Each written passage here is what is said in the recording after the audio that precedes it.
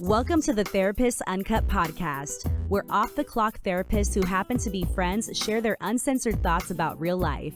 Join us weekly in spreading positivity and making mental health relatable through casual conversation, inspirational stories, and real talk with friends who happen to be therapists. Please welcome your co-hosts, Nikki Young, Jolene Daly, and Alyssa Nahara. Hello, everyone, and welcome back to Therapist Uncut. I am here today with Nikki Young, Jolene Daly, and my name is Alyssa Nahara, and today we will be talking to you guys about self-sabotage. And today Alyssa's joining us from SoCal, and hey. She's been on the beach the last few days, so I felt left out, so I brought an umbrella. Yes, I heard it was raining where we live, which is Central Valley, California. And the last 2 days we have spent, my family and I have spent the last 2 days on the beach, and it's been super hot and amazing. So I am kind of living it up over here from SoCal. Shout out to all the SoCal people. But she loves Therapist Uncut enough to bring you guys an episode from the conference room of the hotel. Yes. So for all of our dedicated listeners, you'll notice that my background is quite different, and I am straight representing California, SoCal. You're more dedicated than I am because I won't record on vacation. I don't know if that is a good thing or a bad thing. I'll let you guys tell me.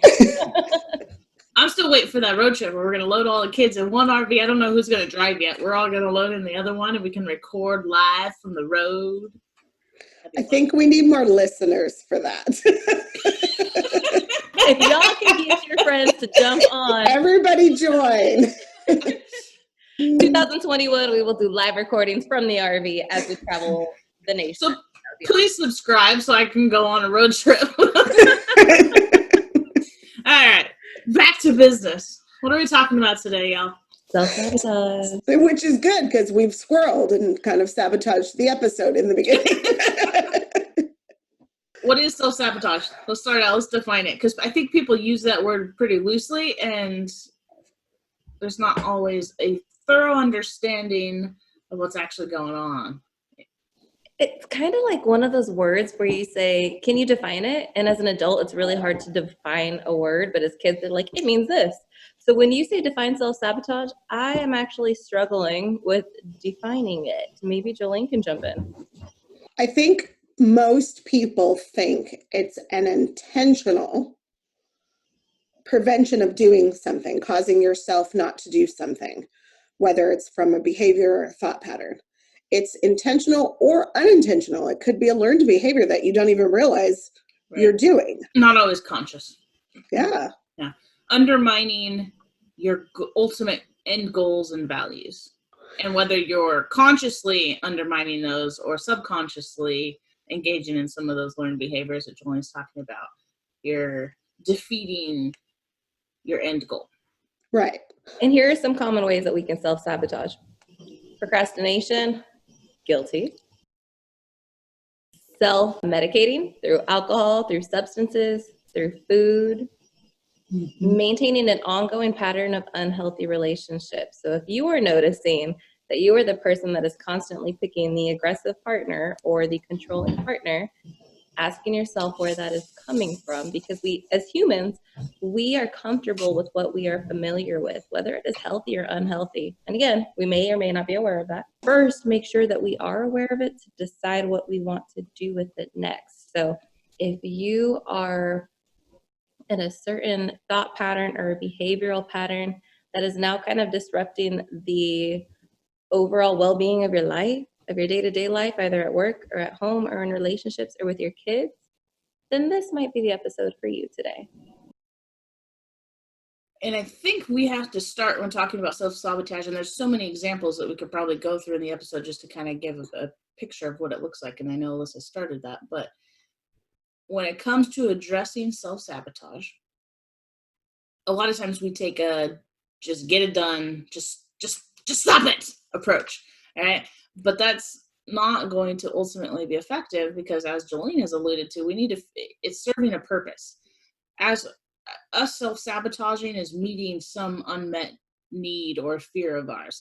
So we need to understand what need we're meeting with our self-sabotage actions, behaviors, before we can go about ceasing to engage in sabotage. I have a great example. So one of the other ways that you can self-sabotage is blame others for things that are happening.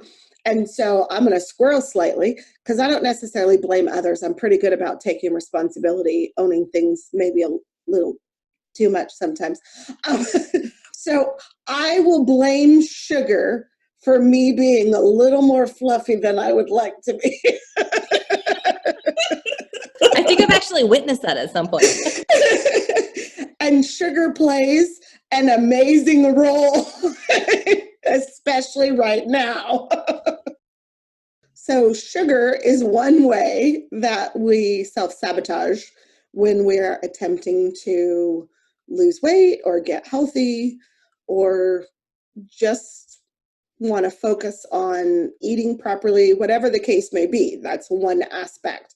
So you're not technically blaming others, but you're blaming another thing outside of your control. It's the sugar's fault. It's the carb's fault. It's Right. not my fault because I ate the sugar and the carbs. Right. I'll use the sugar as an example of the fact that it has such highly addictive characteristics. And our listeners out there may not know that, but sugar is very addictive. So what other addictive things in your life are coming back to bite you in the ass? Because it could be a form of self-sabotage that you may or may not be aware of. So sugar is highly addictive. Unhealthy relationship patterns, highly addictive. Of course, substances, shopping, gambling, anything that you are using to meet that unmet emotional need. You have to figure out what that is before you can figure out how you want to move forward. And whether we're looking at disordered patterns of behavior or addictions like alcohol, substance, gambling, sex, food. And then self-sabotage is a little different though, right? Because self-sabotage is almost when we set a goal, we want something, but yet we're engaging in these behaviors along the way that prevent us from getting there. So I think there's a lot of crossover in some of these areas. Mm-hmm. So for example, is it purely disordered eating and maybe we don't have any goals to improve because we're just deep in it? And then when does self-sabotage come into play? When maybe we've identified these patterns and we want something healthier for ourselves, but we continue to throw up roadblocks for ourselves. What kind of thought patterns might be fueling those kinds of behaviors that somebody needs to be aware of? Well, if we're going with the food example here, comfort, right? If there's increased stress, increased anxiety, depression, I mean, we could take 20 minutes to go into the science of it, but when you eat those unhealthy foods, sugar, fat, carbs, you're spiking your, quote, happy chemicals in your brain, and you're getting this little food high that counteracts anxiety, depression, stress. The problem being, right, it's not healthy and you can't sustain it, and then you crash, etc. So there's there's a lot of science talk there. I like that stuff, but you're comforting yourself. So that's going back to what I talked about in the beginning, is we have to be aware of what that need is that's being met. So transitioning to relationship talk, fear of somebody wants to be loved. Somebody wants a healthy, loving, long-term relationship, but maybe they've not had it. Maybe it scares the hell out of them. Maybe they saw somebody get hurt. So that there's this desire for it, but this fear of it. So maybe you found the person that, you could achieve that with. Great person, treats you well, treats you right, but there's that fear. And again, not always is it conscious. Sometimes it's underlying and you don't realize what you're doing. Sometimes you do. That's when you see the individual start pushing that person away, right? Even though it's going great, it's a fantastic relationship, but let's put up these walls, push this person away. What need is that meeting? Like every romantic comedy movie, I'm kind of obsessed with romantic comedy, but every time the character, and you're telling the character, like, he's an awesome guy, she's perfect, why aren't they together? And they're just a fear of commitment, right? So these things often come up, and it can very much come up in your relationship patterns, like Nikki had mentioned.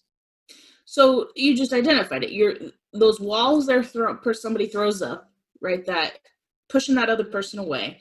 What need, and again, everybody's individual and it could be different, but in general, one of those needs could be, I am fearful of being hurt. Now, here's the deal. Do we just accept that?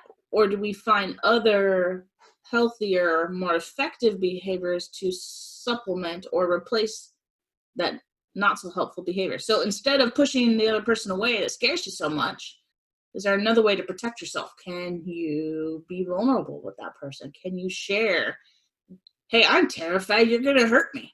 Can you, and then with the resulting conversation, maybe assuage some of those fears. So what can we replace that behavior with to help us get to our goals? I like that. I like that example. I like the relationships. So I'm going to simplify it a little bit. If you set the goal to get out and walk, say 10, 15 minutes every morning, and you turn, like you want to wake up at say 6 o'clock, but then you turn on your heated blanket at 5:30, you're not going to get out of bed because that's warm and cozy and it's cold outside. Well, except for where Alyssa's at right now. And it's so much easier to justify the end behavior if the small steps that you were taking to get to the end goal are justifiable, in the sense of, in Jolene's example, it's warm as all hell in this blanket. I don't want to get up. Nobody would want to get up from this. I'll do it tomorrow. We start making excuses. We start revisiting old thought patterns, because these patterns, these are the things that our brain is conditioned to think, because they are habits that we have developed over a lifetime. So you cannot expect it to change immediately. You've got to keep working towards it. And recognizing what need is being met when we're sabotaging ourselves. What's truly underlying the sabotage? So somebody at work, their goal, their values, they want to be successful. They want to advance in the company, but maybe they have an overwhelming fear of failure. So then procrastination can come into play, showing up late can come into play, things along those lines that are going to ultimately prevent you from progressing as you want, but they're meeting that need. They're protecting me from failure. If I don't do it, I'm not going to fail at it. If I'm not there, I can't fail. It's amazing. I feel like you just described somebody that I know. I know somebody who is phenomenal at getting great jobs, really, really good jobs, but their ability to keep those jobs, it's not something that's sustainable for them. They hop around to jobs fairly frequently because something happens after they get that job. Certain behaviors come up, certain thought patterns come up that are restricting them from maintaining that. And sometimes you can figure that out on your own. Sometimes it's a basic behavior, something simple like my example of walking. You can figure out how to help yourself get to the point where you want to be. And sometimes you need professional help. Mm-hmm. And listen to the people around you, right? Because a lot of times those people in our life, family and friends, are more efficient at identifying some of these patterns than we are, because for us it's just another day. And if you're getting that feedback from somebody else, doesn't mean it's always right, but it's usually something to at least ponder and consider. And if that means coming in and talking with a counselor, a therapist, getting some support to talk it through, figuring out if there's any accuracy to that, you can save yourself a lot of heartache in the end.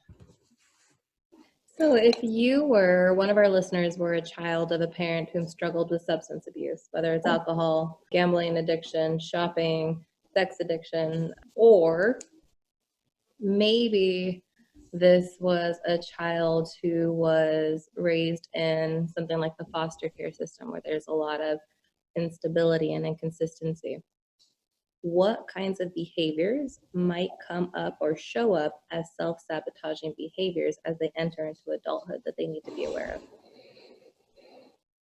I am going to push you away as hard as I can and see if you leave me like everybody else has. Even not the inability to state their wants and needs, because who do you tell? Like if the individuals in your life are constantly changing, and then if you're an older adolescent or an older child, you're recognizing that the primary caregivers in my life don't care what I want or need because they continue to do those behaviors. Beliefs that I am unwanted, I am unheard, I am unimportant, I am not lovable, I am broken. These are the core negative beliefs that start fueling a lot of these behaviors and thought patterns that you begin to develop over time. Again, that you may not be aware of. Not worthy. Yeah, I think you said that one. Not worthy of the love, not worthy of the success. Yeah. That's a great example, the way that we learn these behaviors. But as therapists, we know what's the logical piece to all of those thoughts? It's all what we would call irrational thoughts. I think there's a lot of work that has to be done, right? This is beyond just changing stop self-sabotaging, learn to stop. There's a whole lot more work that has to go into the initial thoughts, behaviors, beliefs. Or if we don't change those, then we're just playing whack-a-mole, where we're just whacking away it's just going to continue to pop up in different ways unless we address the underlying issues. So what would you say is the number one important thing for our listeners to take away from today's episode on how you become aware of self-sabotage behaviors and what you do about them? The biggest thing is you have to identify the behaviors. If you don't acknowledge the behavior exists, if you're not listening to the people around you or not getting the evidence from, say, relationships or jobs or anything else that you're experiencing, you're never going to figure it out. You have to identify the behavior. In order to do that, let's stop and take stock of our life and maybe what we have not achieved that we want, or what we don't have that we actually want. And that requires honest evaluation. But maybe it's, I want to manage. I want to be a manager. Maybe it's, I want to fit in my jeans. Maybe it's, I want to feel healthier. Maybe it's, I want to have a loving relationship, whatever it is that you don't have. And then instead of blaming it on everything out here and everyone else, genuinely stop and evaluate whether or not you are contributing to not having that. And that's not to blame you. That's not to give you more guilt to carry on top of all the guilt you're likely already carrying that's leading to the self-sabotage. But does that mean it's time to take a good hard look at some of those underlying beliefs about yourself, those underlying needs, and figure out how to start to change those so that you can then achieve your goals? And on the topic of the blame piece, I like to tell people it's important to use I statements to avoid blaming statements and to be accountable for your feelings. But removing that piece, I like to tell people that you can almost gauge how high the level of, quote, victimization, or how often a person uses the word I. For example, let's pretend that there's a situation that happened that has to do with this one person over here, yet somehow the person that we're talking about always manages to make it about themselves and put themselves in that victimization role. So how often, if you are a person that struggles with this, how often are you turning the situation to be about you and your needs and your desires and your hurt when the situation actually has nothing to do with you? So if that is something that is coming up in your life, it could be another form of self-sabotage. So really evaluating what that looks like, and again, choosing what to do from there. So we've talked about how, and I think one of the reasons we struggle to define self-sabotage is because I think there's so many different contributing factors, and self-sabotage can, I believe, arise from so many different fundamental causes, right? So we've talked about unmet needs. We've talked about negative self-beliefs. And I think there's also other potential causes and fundamental factors, like, Joan, you had mentioned before we started recording, we have to develop a comfort with discomfort and a comfort with comfort. So how many individuals grew up maybe in a life of chaos? There was no money, there was no food, there was mom and dad were constantly fighting. I mean, just chaos. And then maybe in their adult life, they have found some peace. They have found maybe a calm, comfortable, healthy relationship, a steady job, whatever it might be. And all of a sudden life is calm, and that doesn't feel normal. So then how many people act out in some way or go do something stupid, if we want to call it that, because they're trying to create that, some of that chaos that they're so used to. We see that in relationships a lot. Relationships go unhealthy. I'm going to go cheat because this is just way too good.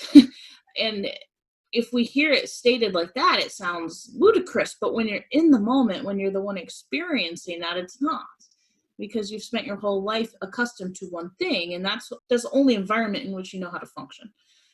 So developing a comfort with comfort, being comfortable with a good, healthy environment is not the easiest thing, and generally requires some counseling. Yeah. But you also said comfort with discomfort. Right. the fear of failure. The whole idea, all three of us can have probably felt that at one point or another, in the aspect of stepping out from a typical paying biweekly or monthly job to this job that who knows when you're going to get the paycheck, whether you're going to get the paycheck, how much it's going to be. It's a leap of faith. And you might fail and you might do really well, or you might do okay for a while, and then something like COVID hits and everybody's struggling. It's that familiarity again. We are comfortable with familiarity and stability, or what we perceive as stability. Nikki talked about your normal, but everybody's normal depends on how your life experiences created all of what your perception of normal is. And from an outside perspective, maybe your normal is actually very chaotic and unstable. And now as an adult, you still seek to fill that need by doing things like cheating on your spouse or continuing to drink even though you swore you were going to stay sober. So these are the things that we want you to be aware of. And I don't work with couples therapy in our practice. I know that Nikki and Jolene do. But when we talk about relationships and the individual work that we do, I often hear, well, I use the tools that you gave me. I use the I statements. I use the conflict resolution stuff. And we didn't fight. Like, we disagreed. But nobody was yelling. Nobody was name calling. And the look on their face is like deer in the headlights, because that's not what they're used to. And I'll have to remind them, like, yeah, now what do we do? Yeah, like with our time? Nobody's yelling. Like, what am I supposed to do, right? So it's that like epiphany of, oh shit, things could be different. And yeah, it feels weird and uncomfortable because it's not what you're used to. So let's now take all of these unhealthy habits and thought patterns and turn them into things that are healthy. Yeah, do you guys know any good Netflix shows? Because now that I'm not fighting with my spouse at night, like, what do? We should watch TV? Or Yeah, what else do you do? So it's absolutely true, though. You have to relearn everything that you possibly learned. And that's not going to feel good. And then it's not going to feel good when you finally get to that point where you're like, hey, I'm using all the tools and I'm out doing this. And like, what is going on? This is really weird. It's a whole different world. It's a whole different world that is not what you're used to.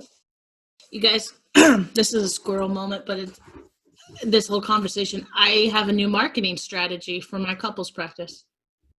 I am going to fill the office and the website and such with movie recommendations, book recommendations, gym equipment recommendations, destination, but that are not therapeutic. But these are all the things you're going to know, because when you come to therapy, you're going to have so much more time because you're not going to be spending all your time fighting and being dicks to each other. That's pretty fabulous to me. You're going to have so much more time on your hand because you're not going to sit there stewing in your resentment. Exactly. And you guys, this is why we do the podcast. This is why we come every Monday and we talk to you. And if you haven't subscribed yet, do subscribe, because we want to talk about the things that not everybody talks about. We want to talk about the uncomfortable conversations because it is so real. So we want you guys to really be aware and continually assess where your life is, where your family, your work, your personal, your relationship life, so you can decide how you want to move forward and make it what you want it to be. And that's what we're here to do. And speaking of closets, we also work with gender and sexuality issues. Recognize that if you're self-sabotaging, you don't have to continue those patterns. You can change that. You don't have to continue to live in that. You don't have to be concerned all the time about failing or being weirded out with comfort and calm. And a lot of times this can be achieved on a personal basis with some self-reflection. Sometimes this can be accomplished with talking to your peeps, the good supports around you. And sometimes it requires more professional support and help. So you've got Jolene Daly of Jolene Daly LMFT. You got Catalyst Counseling, you got Small Town Counseling right here. All of us can help you out. And if we are not the right fit, we will definitely help to connect you with somebody who Absolutely. If you need us, reach out. Thank you so much for joining us today on our episode of Therapist Uncut. Please do subscribe and leave a review, guys. We'd love to know what you have to say. Whether you love us or hate us, please leave a review. Thank you for allowing us into your lives and helping us make mental health more relatable and a part of your everyday conversation. We'll see you next week on Therapist Uncut.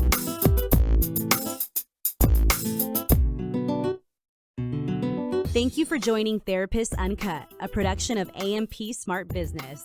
To learn more about Therapist Uncut and stay up on upcoming episodes, please subscribe and follow us on social media.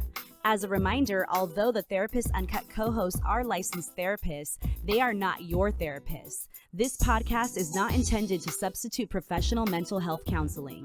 If you need professional therapy, please contact your local provider or primary care provider. Thanks for listening, and we'll see you on the next episode of Therapist Uncut.